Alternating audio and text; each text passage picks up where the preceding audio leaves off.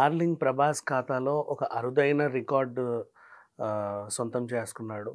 అతని ఖాతాలో ఒక అరుదైన రికార్డ్ పడిందని చెప్పుకోవచ్చు.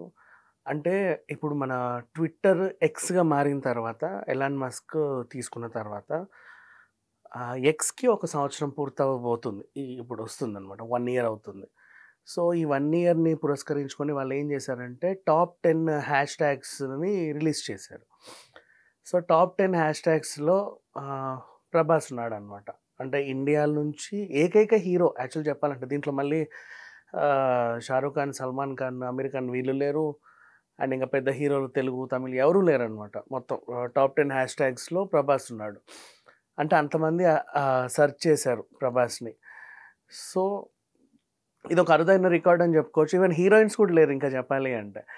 అండ్ అలాగే సినిమాల విషయానికొస్తే 'ప్రభాస్‌దే 'సలార్' అండ్ 'ఆదిపురుష్' ఇవి కూడా అందులో ఉన్నాయి. అండ్ మన 'విజయ్ దళపతి లియో' కూడా ఉంది.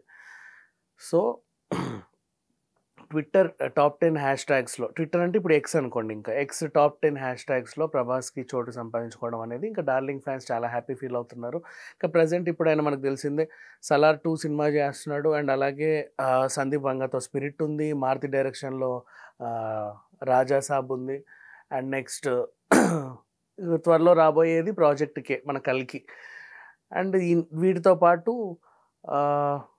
మొన్న రీసెంట్‌లీ 'అట్లీ'తో కూడా ఏదో సినిమా ఉంటుంది అని కూడా ఒక న్యూస్ అనేది వైరల్ అయింది. సో, చూద్దాం మరి 'ప్రభాస్' రానున్న రోజుల్లో ఈ 2024లో ఎన్ని సినిమాలు రిలీజ్ అవుతాయి? అండ్ నెక్స్ట్ సంక్రాంతికి ఎన్ని సినిమాలు రిలీజ్ అవుతాయి అనేది మాత్రం చూద్దాం. కంపల్సరీ సంక్రాంతికి వస్తాడు, హిట్ కొడతాడని మాత్రం అందరి మైండ్‌లో ఉండిపోయింది. అండ్ ప్రెజెంట్ అయితే బాలీవుడ్ హీరోలు కూడా ముక్కున వేలేసుకొని చూస్తున్నారు. అదేంటి 1 ఇయర్ అయింది. అంటే ఈ 1 ఇయర్‌లో కూడా చెప్పాలి అంటే 'సలార్' ఒకటే రిలీజ్ అయింది. 'ఆదిపురుష్' ఒక రకంగా ఆడింది లాస్ట్ టైము. అంటే ఒక దాని మీద ఎన్ని వివాదాలు ఉన్నప్పటికీ సెర్చింగ్ విషయంలో మాత్రం టాప్ ప్లేస్‌లో అయితే ఉంది. Thank you so much.